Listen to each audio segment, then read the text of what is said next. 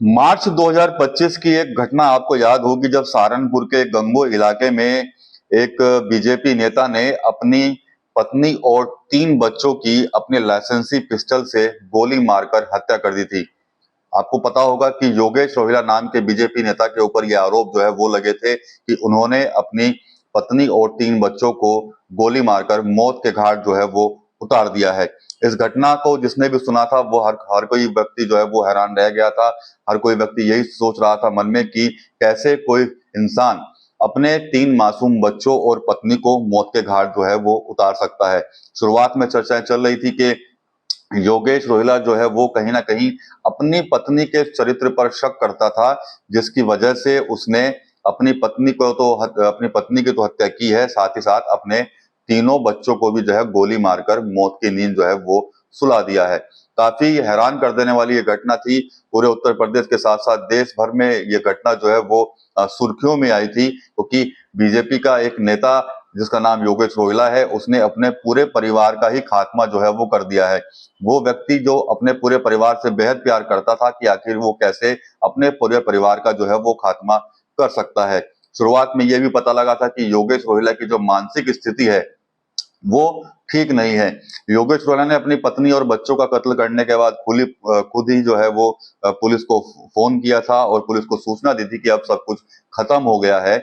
और पुलिस जब घर पहुंची तो वो भी घर पर ही बैठा हुआ था, वहीं अपने बच्चों के शवों के पास। वहीं से पुलिस ने उसको हिरासत में जो है वो लिया था और उसके बाद एफआईआर उसके ऊपर दर्ज हुई थी और उसको जेल भेज दिया गया था।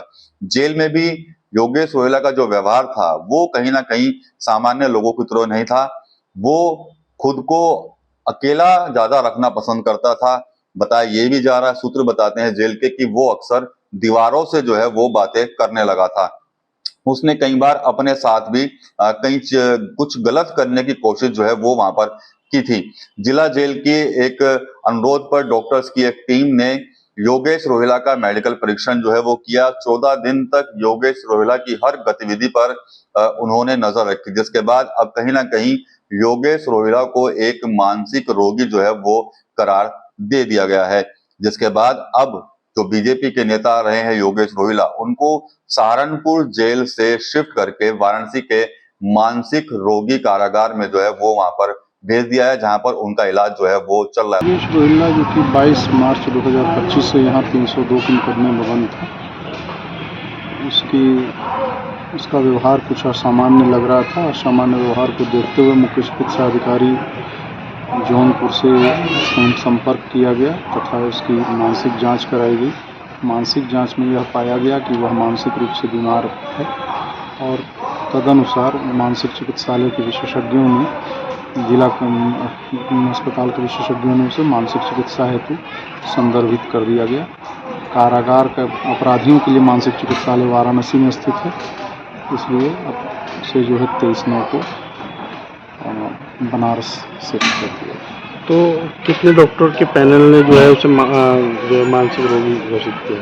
कारागार में मानसिक चिकित्सक का पैनल आता है, वो हर गुरुवार को आता है और उन लोगों के द्वारा उसका परीक्षण किया गया। कारागार के चिकित्सक द्वारा भी व्यवहार का परीक्षण किया जाता है और व्यवहार का परीक्षण किया जाता है। तो एक बड़ा अपडेट है इस हत्याकांड से जुड़ा हुआ, क्योंकि 4 लोगों की हत्या जब हुई थी सहारनपुर जिले के अंदर तो हर कोई सन्न रह गया था, सनसनी फैल गई थी पूरे सहारनपुर नहीं बल्कि उत्तर प्रदेश में।